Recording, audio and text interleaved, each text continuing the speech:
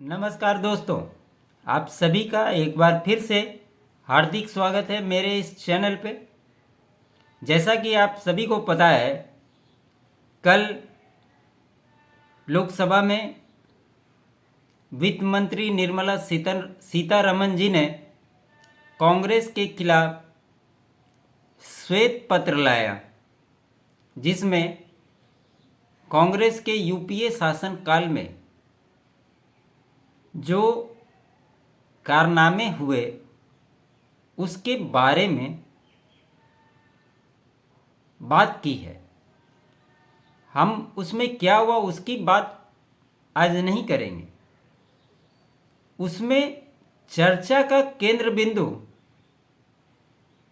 फिर से एक बार जो व्यक्ति थे उनकी चर्चा होनी जरूरी है, और वो और कोई नहीं,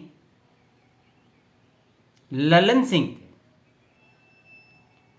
ललन सिंह चर्चा का विषय क्यों बन रहे हैं, इससे पहले भी हमने आपको बताया, और अब कैसे वो पूरी तरह से सरकार के साथ खड़े हैं, पूरे एनडीए में हो गए हैं, ये देखना बड़ा दिलचस्प हो गया है। ललन सिंह ने अपने भाषण में लोकसभा में कुछ बातें कही। उन्होंने चर्चा के दौरान नीरव मोदी की बात की, मेहुल चोकसी की बात की, विजय माल्या की बात की। उन्होंने ये कहा कि जो नीरव मोदी को लोन दिया गया था, मेहुल चोकसी को जो लोन दिया गया था, ये कांग्रेस के शासनकाल में दिया गया था। एनडीए के सरकार बनने के बाद ये तो रिकवरी का प्रोसेस चालू हुआ है, जिसके तहत कार्रवाई भी हुई। और आपने अक्सर देखा होगा, कांग्रेस लगातार इस पे बोलती रही है कि ये लोग देश छोड़कर भाग गए और सरकार वापस ला नहीं सकी। वो हकीकत से बरगलाते रहे हैं, ये आप सभी को पता है।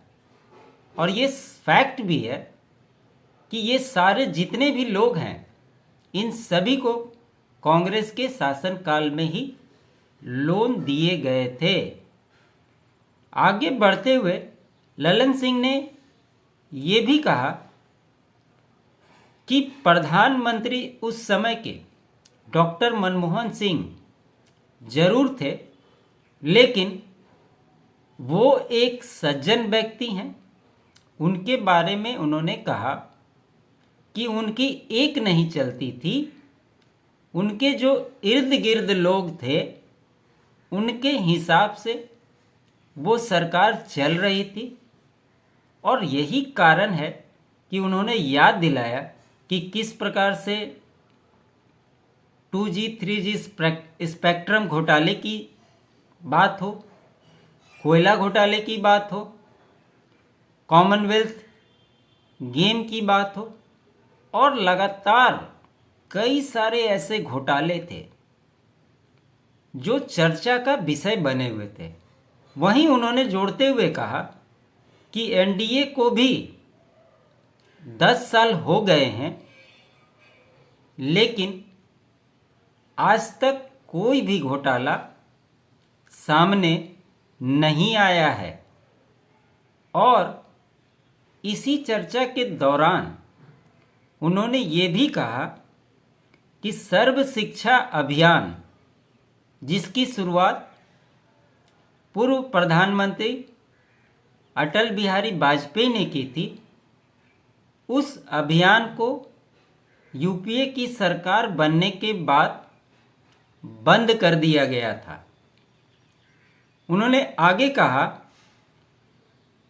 कि मैं भी 2 साल सरकार से बाहर था, एनडीए से हमारी पार्टी अलग थी। लोग ईडी सीबीआई की चर्चा बहुत करते हैं, और ये चर्चा का विषय बना हुआ भी है।